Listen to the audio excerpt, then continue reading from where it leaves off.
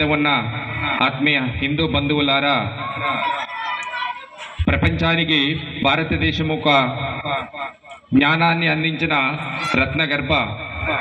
ప్రపంచంలో ఇంకా ఏదైనా ఒక దేశానికి వెళ్ళి ఆ దేశంలో ఎవరైనా పుట్టారా, జ్ఞానము పుట్టిందా, రాముడు పుట్టాడా, కృష్ణుడు పుట్టాడని మనం ఎవరినైనా అడిగితే ఆ దేశానికి వెళ్ళి మీరు భారతదేశానికి వెళ్ళండి, అలాంటి భారతదేశంలో మనమందరం ఉన్నాం. ప్రపంచంలో ఇంకా ఏ దేశానికి ఆ రకమైన జ్ఞాన సముపార్జన, ఆకాశాత్ పతితం తోయం యథాగచ్చతి సాగరం సర్వదేవ నమస్కారం కేశవం ప్రతిగచ్చతి.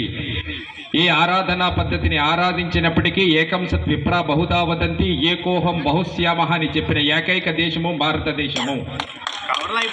అలాంటి భారతదేశంలో 1000 సంవత్సరాల బానిసత్వం అనుభవిస్తున్న సమయంలో ప్రపంచంలో ఈ భారతదేశానికి ఏమీ తెలియదు, జ్ఞానము వీళ్ళకి తెలియదు అని మనల్ని అవమానపరుస్తున్న సమయంలో 1925వ సంవత్సరము ఒక మహాపురుషుడు ఈ దేశాన్ని రాబోయే రోజులలో ఒక యుగ ద్రష్టగా ప్రపంచం మొత్తము కూడా భారతదేశాన్ని కొనియాడాలనే ఒక ఉద్దేశముతో ఒక శతాబ్దము కాలముగా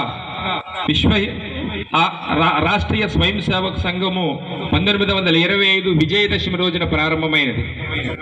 యుగ పురుషుడు పరంపూజన డాక్టర్ జీ.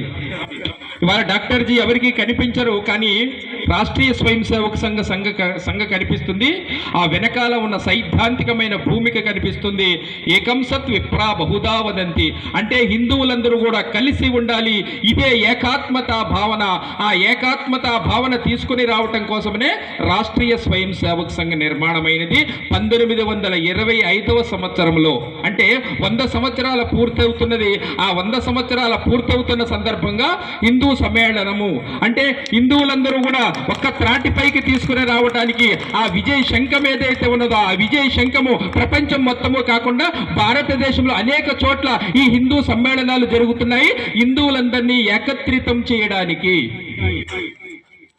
కాబట్టి మనం అందరం కూడా ఆలోచించాలి.